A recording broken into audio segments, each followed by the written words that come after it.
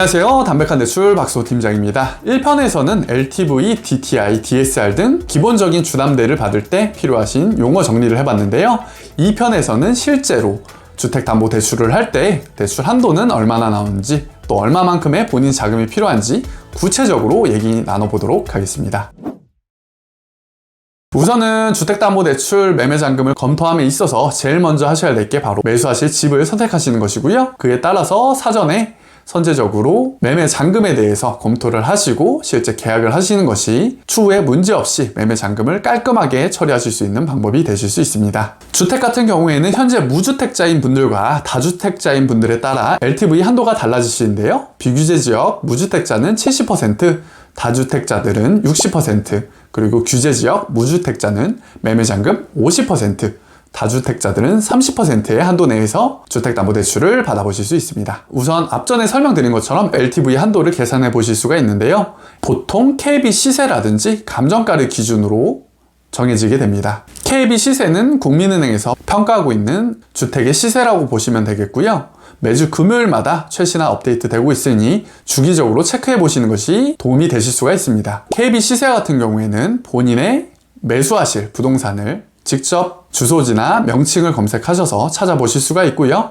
검색 후에 본인이 매수하실 타입과 평형을 선택하시면 정확한 KB 시세를 검색해 보실 수가 있습니다. 여기서 한 가지 체크해 보실 부분이 있는데요. 바로 1층에 집을 매수하신다면 KB 시세에 평균가를 적용받는 것이 아닌 1층의 경우라면 하한가를 적용받게 되어 있다는 점입니다. 따라서 1층의 경우라면 본인의 LTV 한도에 KB 시세 하한가를 곱하셔야 최대 한도를 산출하실 수 있겠고요. 이외의 층수에 대해서는 대부분 평균가를 적용하고 있으니 LTV 한도에 평균가를 곱하는 것이 본인 매매 잔금의 최대 한도라고 보시면 되겠습니다.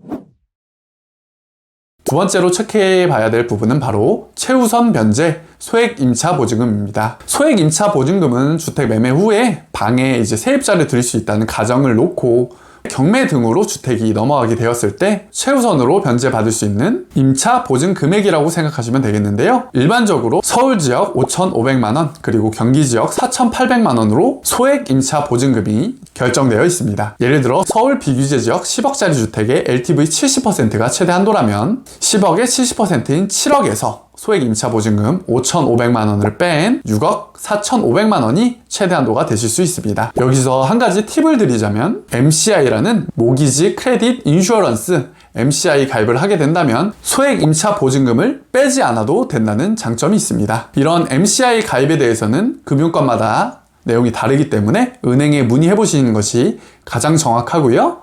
본인이 최대 한도를 받고 싶으시다면 대출 시 서울보증보험 등 MCI 가입이 되나요? 이렇게 문의를 해주시고 MCI 가입을 통해서 금리는 조금 올라갈 수 있지만 소액 임차 보증금 차감 없이 아까와 같은 예라면 LTV 70% 7억에 대해서 소액 임차 보증금 서울지역 5,500만원 차감 없이 시세의 LTV 70%를 곱한 최대 한도를 그대로 받아보실 수가 있습니다. 따라서 최대 한도를 원하신다면 MCI를 가입하는 것도 주택 매수 시에 꼭 체크해 보셔야 될 사안입니다. 두 번째로는 감정가로 진행하는 경우가 있는데요. 일반적인 정식 감정에 있어서는 기간도 오래 걸리고 비용도 많이 소요가 되기 때문에 본인이 매수하실 집을 선택하셨다면 가벼운 탁상 감정을 통해서 하루 이틀 안에 본인의 매수할 주택에 대한 감정가를 받아보실 수가 있고요. 탁상 감정을 통해서 미리 매수하실 주택의 감정가를 받아보시고 자금 계획을 세우는 것이 현명한 방법입니다.